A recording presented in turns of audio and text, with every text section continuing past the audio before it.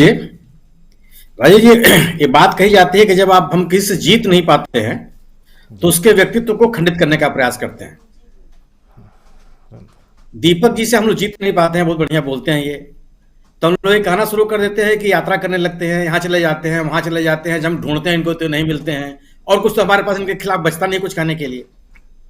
यह हमारी मजबूरी है। राहुल गांधी इस देश की सबसे बड़ी पंचायत के सदस्य हैं, इस देश के सबसे बड़ी पुरानी पार्टी के नेता हैं, इस देश के दुश्मन नहीं है। अगर राहुल गांधी कोई बात इस देश की राष्ट्रीय सुरक्षा को लेकर के कह रहे हैं तो उसमें हमलावर होने की आवश्यकता है। एक सीधा सा जवाब आ सकता है सरकार की ओर से, रक्षा मंत्री की ओर से, विदेश मंत्री की ओर से कि साहब जो माननीय सांसद ने ये बात कही है वो गलत है, से तैयार हैं और हम जो सीमाएं हैं पूरी तरह सुरक्षित हैं, सेना हमारी सतर्क है। लेकिन इस बात का जवाब देने के आप नेता पे ही हमलावर हो जाएं तो गोया कि कहीं ना कहीं कोई ना कोई आप में कमी है। अब मूल मुद्दे से क्यों हट? राहुल गांधी ने ऐसी बात तो कह नहीं दी, कोई उन्होंने सेगमेंट तो चाहिए। एक उन्होंने कहा कि हमारे ऊपर हमला जारी कर रहा है, सरकार निष्क्रिय है, सरकार कोई योजना नहीं बना रही है, सरकार जीवी सरकार है, उसको कर्नाटक कर दीजिए आप।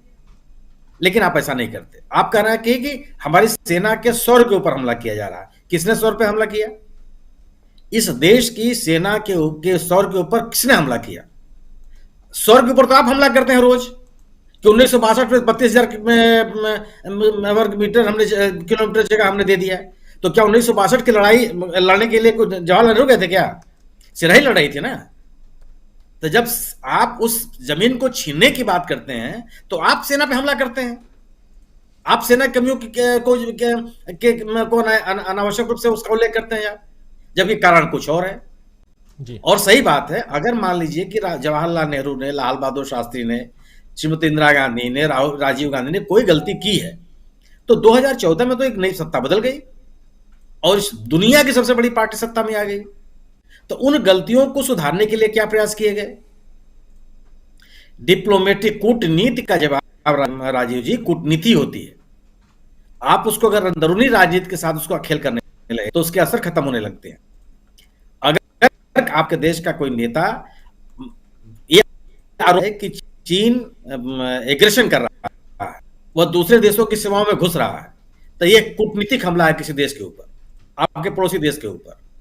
और इसका जवाब कूटनीति से ही दिया जाना चाहिए कि बिल्कुल जो हमारे नेता ने कहा है कि यह किसी देश की सीमा में संप्रभुता को के साथ खिलवाड़ करने की कोशिश कर रहा है, इसका जवाब नहीं कि उसने आप हमलावर हो जाए। और निश्चित रूप से राहुल गांधी के ऊपर इतना गंभीर क्यों हो गए आप? कल तो कहते थे आप कि भाई इनकी बात सुनने की जरूरत ही नहीं है, क्यों लोग इनकी बात पर इतनी चर्चा करने लगते हैं? आज वो हालात क्यों पैदा हो गए?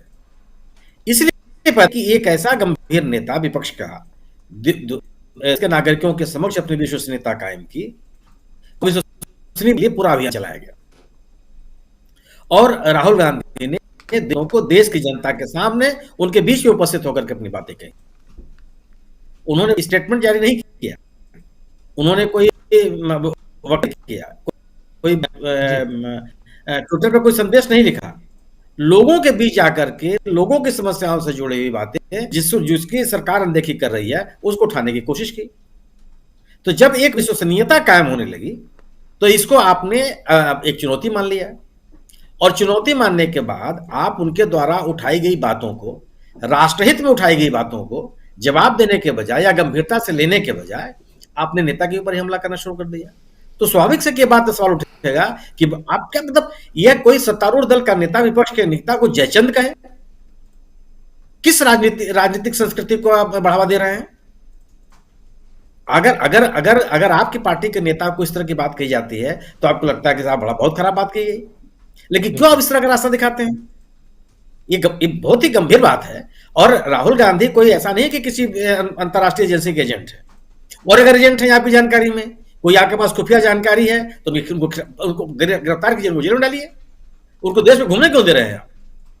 अगर एक स्वतंत्र नागरिक की तरह, इस देश के सबसे पुरानी पार्टी के नेता की तरह, एक संसद सदस्य की तरह एक पुरानी पार्टी के पूर्व अध्यक्ष की तरह अगर वो सड़क पे घूम रहे हैं, लोगों से संवाद कायम कर रहे हैं, अपनी बात कर रहे हैं, तो आपको या तो उसको गंभीरता से लेना चाहिए, उसका जवाब देना चाहिए, अन्यथा इस तरह की अनर्गल बातें ही हैं कि आप उस नेता के बढ़ते हुए प्रभाव से चिंतित हैं। इसका सीधा मतलब यही है। जी बिल्कुल बिल्कुल बिल्कुल। या लग सकता है क्या? रेत की दीवार नहीं खड़ी होती है, रेत के बूते आप ईंट की चुनाई नहीं कर सकते हैं। आप सीमेंट जरूरी होता है। क्यों डेंट लग जाएगा राहुल गांधी के अपने इन उपलब्धियों पर, या जो उनका व्यक्तित्व बना है? कौन से ऐसे कारण हो गए? अगर सत्तारूढ़ दल के नेता उनके ऊपर हमलावर हो गए, उनकी बातों पर तथ्यहीन बात करने लगे, तो क्या इस पे उनके जो इस यात्रा की उपलब्धियां खारिज हो जाएंगी? ठीक है, आपको नहीं पता है दिल्ली में बैठ करके, अमलेंदु जी को दीपक जी को नहीं पता है छत्तीसगढ़ में बैठ करके, तवांग में क्या हो रहा है तो अरुणाचल के लोगों को पता है ना, लद्दाख में क्या हो रहा है वो जम्मू कश्मीर के लोगों को पता है ना, वो इस देश के नागरिक हैं। अरुणाचल के लोगों ने तवांग में चीन की गतिविधियों को लेकर क्या क्या नहीं कहा है, भारतीय जनता पार्टी के नेताओं ने क्या क्या नहीं कहा है।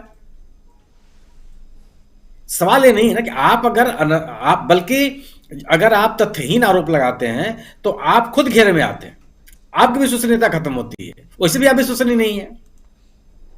सवाल है दुनिया, इस देश का कौन सा ऐसा नागरिक है जो किसी भी अपने नेता से यह उम्मीद नहीं करता कि वह देश की सुरक्षा को लेकर के, आंतरिक सुरक्षा को लेकर के, संप्रभुता की सुरक्षा को लेकर के, देश की आर्थिक व्यवस्था को लेकर के इस देश के नागरिकों को सतर्क न करे। अगर वो तथ्यहीन बात करता है तो जनता उसका जवाब दे लेती है।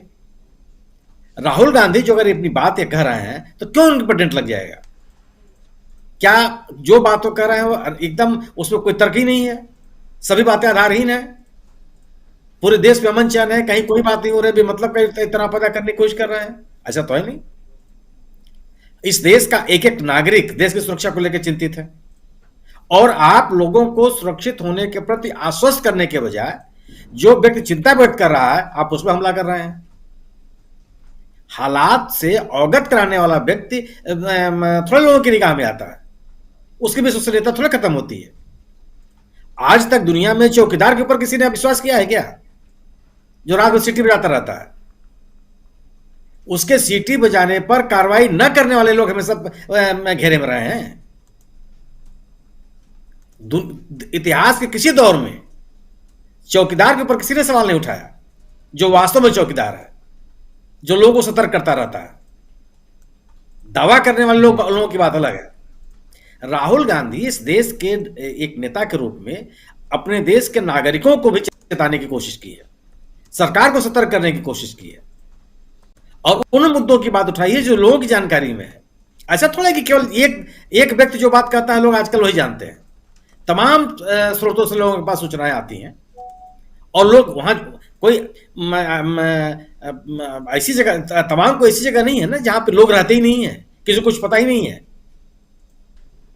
तो प्रश्न ये है कि अगर लोगों के मन में बात आ रही है, अगर लोग इन चिंताओं को लेकर के सरकार से जवाब चाह रहे हैं, तो अगर आप जिम्मेदार सरकार के नुमाइंदे हैं तो आप अपने देश के नागरिकों को आश्वस्त करना चाहिए ना। सवाल तो आपके ऊपर है, और आप अपनी जिम्मेदारियों को निभाने के बजाय जो दूसरा वाला आदमी है, वो जब होता था ना, रविकांत जानते हैं कि जब पहले लोग परीक्षाओं का बहिष्कार करते थे तो ही कहते थे कि कोर्स के बाहर का सवाल पूछ लिया गया है। वो कभी नहीं बताते थे कि हम इम्तिहान में नहीं, हम क्लास ही अटेंड किए, हम क्या जाने, कहा यही आता था, वही हो रहा है।